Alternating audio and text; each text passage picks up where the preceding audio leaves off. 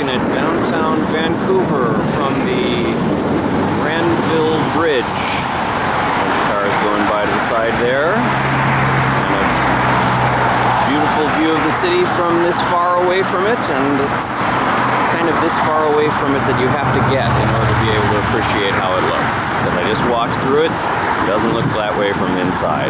And down here below is the Fringe Festival area, which is Granville Island. A number of venues that I remember well from my visits here in the past. And down there I think we've got some duck feeding going on.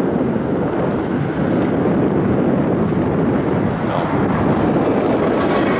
Vancouver.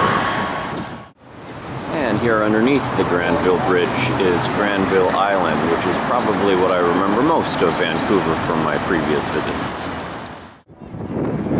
Well, I think I just walked about 5 miles from the place that I was staying, having no idea that the place that I was staying was so far from my destination, which is here on Granville Island. And I was just kind of looking forward to sitting down here and looking out over the water, which is nice.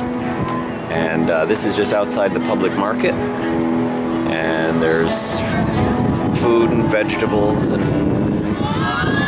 stuff and birds and performers and people eating and having a good time.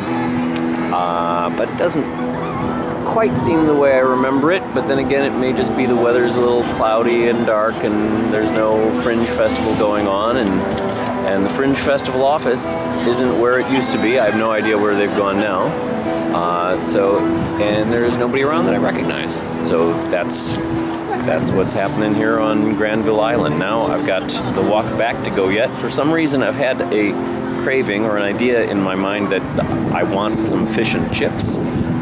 So I'm going to stop for some fish and chips and then work my way back gradually.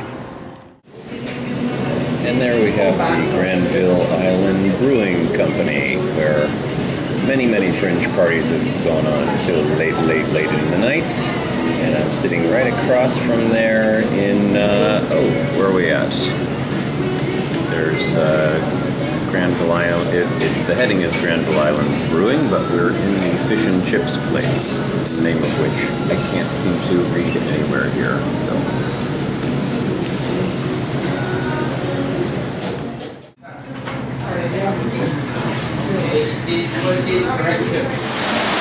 Okay, I couldn't resist making one more stop before heading back towards the place I'm staying tonight. And that's to take in, I guess this is called the Waterfall Building. But more important is, who's to say what's more important is the building beyond it, which we're going to take a closer look at here. I believe, for those of you who are big Battlestar Galactica fans, I think you may recognize some of the spaces in this little courtyard here. Some of the apartments or the structural units as being settings used in Battlestar Galactica. And in particular, this space right here, the first time I was here, I performed in this very space doing Molière the Now. I'm not sure how much of that you can see through the glare on those windows, but you can tell that it's kind of a uniquely shaped, kind of triangular shaped space, like so. But in particular, I remember they used it in a scene from Battlestar Galactica for, I believe it was the scene where Laura Roslin finds out that she has cancer. And so that is interesting. And I think up through there, they use those kind of odd metal and glass and concrete structures to be a number of scenes in VG. But you'll have to go back and watch the DVDs to recall exactly what was used where. Of course, it was shot here in Vancouver, so that was this would have been a unique architecture that might be a little more futuristic than some of the other buildings they have around. So there we have it.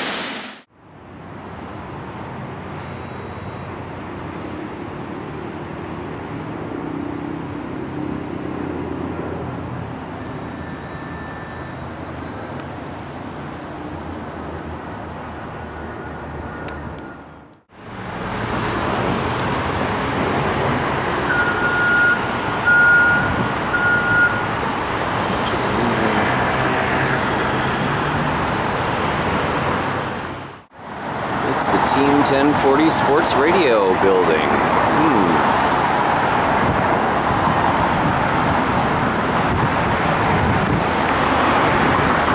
Anybody think they might have issues?